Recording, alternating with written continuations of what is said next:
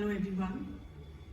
A very good evening to all of you, and firstly I truly want to say how deeply honored I am to be here, sharing this big stage with so many accomplished individuals who've truly made a mark for themselves in their respective fields of work.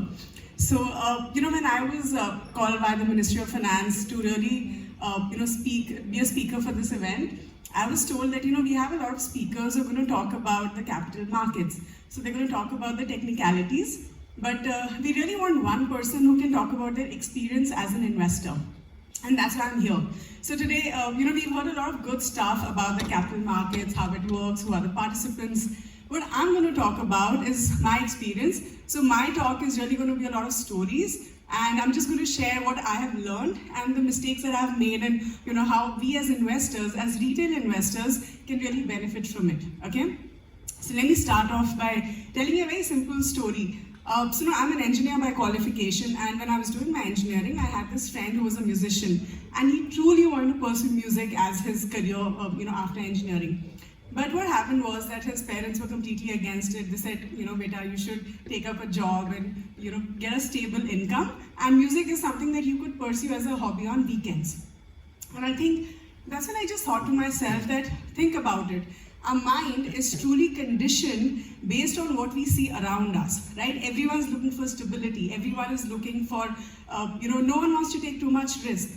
Then, as we progress further, this is of course a decade-old story, and, I truly come from a very normal middle-class family where we were told the value of money. We were truly, told that money is important and we need to start saving. And I had this habit of saving money from my engineering days. I used to save very little from my pocket money. Then I started working, and then I obviously started saving a bigger amount.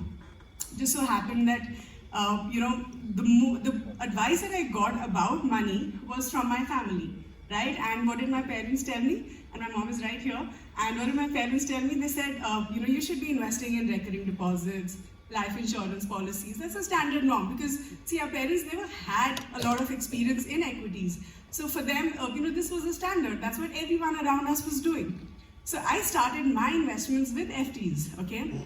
And then of course, whenever I would get a big bonus, I would invest in gold, right? That was the pretty standard thing all of us did. But then I realized that the money that I was investing in deposits was not really earning me a lot of returns, and my expenses were growing at a much higher rate. So then obviously there's a problem, right? So I just thought that logically speaking, I should be investing in products where I'm getting slightly better returns, right? Because I should be able to beat inflation. And that's how my foray into equity started. So I really, started exploring equity as an option, but being a risk-averse person that I am, I did venture into direct stocks, but I started investing through mutual funds, and I started off with, say, a 5,000 rupee SIP. And when I saw the returns, when I learned more about it, I realized that, it's working well for me. And that's how, I started increasing my investment amounts in SIPs. For me, I think the biggest breakthrough was, when I was 24, the biggest dream that I had at that point in time was to do an MBA from a good, reputed college. And I was applying to a lot of universities outside of India. And I think I was just lucky enough to get through National University of Singapore, NUS. And, I did not want my parents to fund my postgraduate education. They'd done enough for me. So I said, okay, now I'm going to use my investments. So just 2 years of working, 2 years of investments, and I could manage half my MBA fees with that. And of course, I took a small loan for the other half, and I could manage an international MBA. And I think for me, that gave me the confidence. I mean, if as a 25-year-old, I could achieve such a big financial goal with just 2 years of investing in equities, that was big. And the kind of confidence that I got as an investor was huge. I mean, just imagine if you can actually fund 20 lakhs from your investments as a 25-year-old, that really makes a big difference. So that was it. I've been an avid equity investor for as long as I can remember now. And of course, direct stocks, mutual funds, all of that. And I realized that when I was investing, and through my journey, a lot of people who were a part of my journey were very inspired. So I know, like, my brother and my family members also started investing in equities. And so I thought to myself that if I could inspire such a small group of people, why can't I take my knowledge to other individuals as well? And that's how I started off, my company, which is called Knowise. So we are basically a financial training organization, and we work in the financial literacy space. I mean, that's one of our biggest verticals that we have. So I know Professor Basu was talking about it, and Mr. Patwari was talking about it. So this is one of our bigger initiatives where we reach out to working professionals, where we talk to them about investments, we talk to them about equity markets, we tell them how it can benefit you as an investor. And till date, I've done about 1,500 such programs. I've reached out to over 1 lakh individuals, talking to them about investments. And till today, I get calls from, I would have probably done a session 5 years back, and I get a call from this person who tells me, I attended your session, ma'am, and I started investing in equities. And I can see that wealth for myself. And it's such an amazing feeling when you know that you actually created a difference in someone's life. So there were obviously a lot of learnings that I had, and a lot of observations. One of the biggest observations that I had was, I have done so many programs, right? Every time I would see a group of people sitting in front of me, I would hardly see women attending my sessions.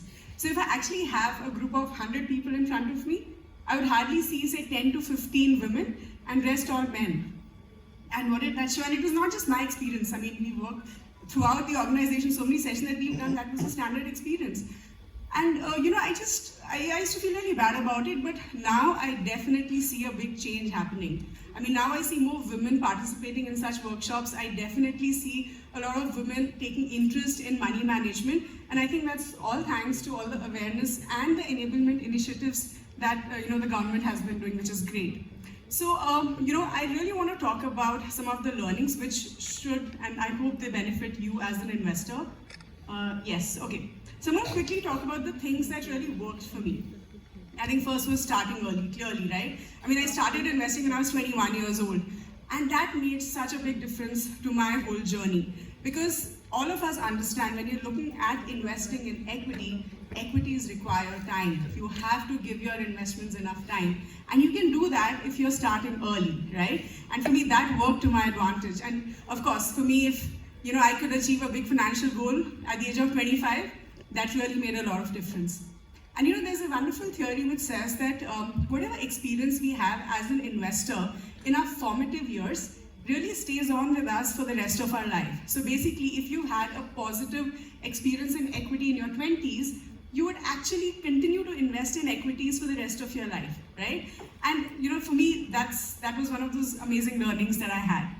The second learning was not giving up on my investment. So I've been an investor for over 15 years now. I've seen the 2008 financial crisis. I've seen the market volatility in 2013. I've of course seen COVID 2020. And I've seen a lot of ups and downs in the market. I've seen my portfolio give me amazing returns to really bad returns. But I have realized that you just need to stay on. You should not give up on your investments. Don't withdraw your money just because it's your portfolio is not doing so well. You just have to stay invested. Your money needs time. It's the law of nature. Anything that goes up will come down, and anything that's down will go up. So you just have to have the patience. It's as simple as that. The third learning was increasing investment amount every year. I mean, this was surprising. I think knowingly or unknowingly, I would just increase my investment amount every year. And I just thought it was so logical, right? I mean, if my income is increasing every year, I just increase my investment amount. I didn't think too much into it. And then I realized that after a few years, you have this compounding effect happening, and I had a huge portfolio. So it was just very unknowingly, but I just realized that it worked wonders for me, and I think it can do wonders for everyone. So you should look at increasing your investment amount every year, for sure. And setting milestones, financial goals. So I always say this, right? Every time you're investing your money and you don't attach a financial goal to it, you're not going to have a very structured or a disciplined approach to your investments. But the moment, it's very psychological, the moment you have a financial goal next to the money that you're investing, you will see the magic happen. Automatically, you will realize that now you are investing for a specific purpose, so you're not going to compromise on that investment. So for example, I have an investment set aside for my retirement every month. And I have an investment set aside for my 2 kids' higher education. And I do not compromise on that. I make sure that that investment is going in because I know it's a very important financial goal for me. Right? So having financial goals gives you that focus and discipline which is truly required from an investment point of view. So these were the learnings. And of course, we have to learn the pitfalls. So some things that didn't work for me, and probably certain things which we as investors should really look at avoiding. So I think first is trying to time the market. A lot of us try to time the market, right? So for example, if our portfolio is negative, we're going to be like, let me just take out the money, let me cut my losses. A lot of us do that. It's a very normal investor psyche. And a lot of times what people do is they make a little profit and they want to book their profits. Because they're like, what if now my portfolio goes negative, right? Either ways, if it's negative or positive, if you're investing towards your goal, you should be invested towards your goals. And don't take out the money because of some short-term dips in the market, right? I mean, like I said, patience is the key. That's most important, not timing the market. Then you're checking your portfolio very often. So every time I talk to, I've spoken to so many investors over the years, and every time I talk to them, they're like, "Ma'am, kal mera portfolio jo hai itna niche tha, aaj thoda sa upar aaya, main kya karu?" I'm like, why are you checking your portfolio on a daily basis? You don't need to do that. I mean, just imagine, if our parents' generation, all of us agree that they invested a lot of their money in real estate, yeah? Just imagine if someone came to you and told you every day what was the value of your property, and they gave you the option to sell it also every day. I don't think our parents' generation would have made that kind of wealth or properties that they've really made, right? So it's okay if you have invested for 10 years. Why are you looking at what your portfolio is today? It doesn't matter. It's irrelevant, yeah? So do not check your portfolio regularly. And last but not the least, not having an emergency fund. COVID has taught us a lot of things, and one of those things is not having an emergency fund. A lot of people have all their investments in equity, and obviously if the markets are down, you don't want to take out your money. So always have an emergency fund which you're going to use for contingencies, which should be invested in more liquid and safer investment options. Could be fixed deposits, could be debt funds, but relatively safer investment options. Then, from a women investor's point of view, what are some of those challenges that we face, right? It's always a very standard saying that women are good savers, but conservative investors. Yeah, which means we want to save, we want to invest money, but we don't want to take too much risk. So we end up investing in, investment options which are relatively less risky, so like fixed deposits. But what we have to understand is that if it's not beating inflation, it is not going to help me get good returns or create that wealth for myself. So for me to create wealth truly, I need to look at investing in equities as well. So it's okay to have a small portfolio in fixed deposits or the safer options that we look at, but you have to have a relatively bigger investment portfolio in equities as well.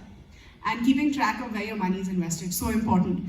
Even if it's the male member of the family who's actively taking care of your portfolio, you have to know where your money is getting invested. And I'm going to link it to the last point that I'm going to make, which is the biggest learning that I've had, and something that a lot of people don't talk about, which is the value of communication. I'm not sure why the clicker is not moving. Okay, sorry, I was pressing the wrong button. Yeah. So the value of communication. So think about it.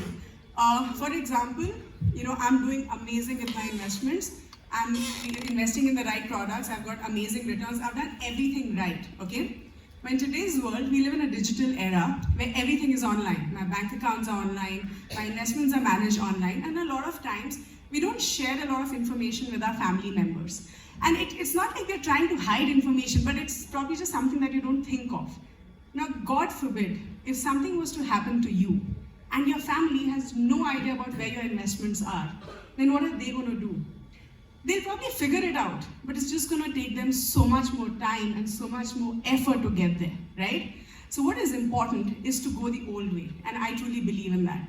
Get a physical file, just take a printout of all your investments, like how our parents used to do. Keep it in a physical file, and if you don't want to waste paper, just create an Excel file, make a list of all your investments, all your loans, write all the necessary numbers next to it, and share that file with someone in your family. It is something so simple, so fundamental, but it can go a long way in making your family's life easy. So yes, that was about it. Thank you so much for listening to me. I do hope as retail investors you learn something out of this.